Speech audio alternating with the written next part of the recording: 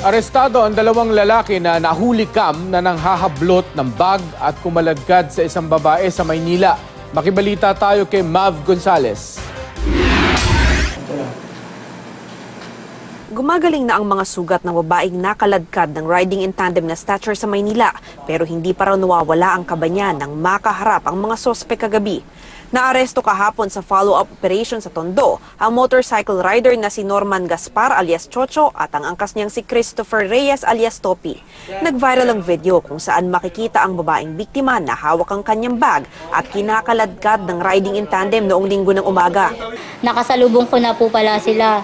Ayun po na, tapos maya-maya po, nag-ikot na po sila. Bali, ayun po, hinawakan na po yung bag ko mula sa likuran po. Tapos mabilis lang po na nakaladkap po konti. Tapos bigla pong harurot po talaga yung motor and then nakarating po agad sa taas. Tapos naikot na po ako mula po. Nung pagka bumelo kong bitaw kasi masakit na po yung dito ko. Halos mapuno ng sugat at pasa ang katawan ng biktima dahil sa insidente.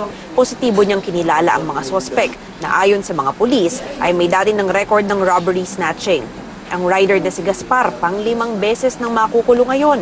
Ayon sa pulisya, may mga kasamahan pa ang mga sospek na snatcher on wheels din ang modus.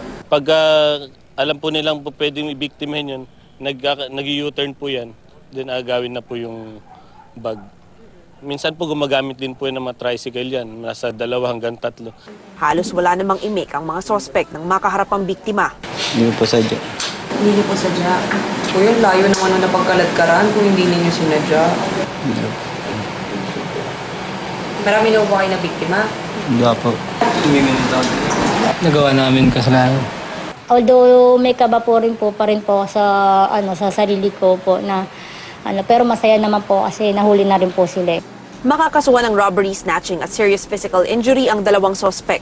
Paalala naman ng pulisya na maging maingat lalo na kung mag-isang naglalakad sa kalsada. Pero kung matsyempohan ng mga kawatan, Huwag po natin ibuwis yung buhay natin sa mga ganyang kung mga bagay lang po yan, napapalitan po yung pera. Importante po ay ligtas po tayo. Mav Gonzales, GMA News.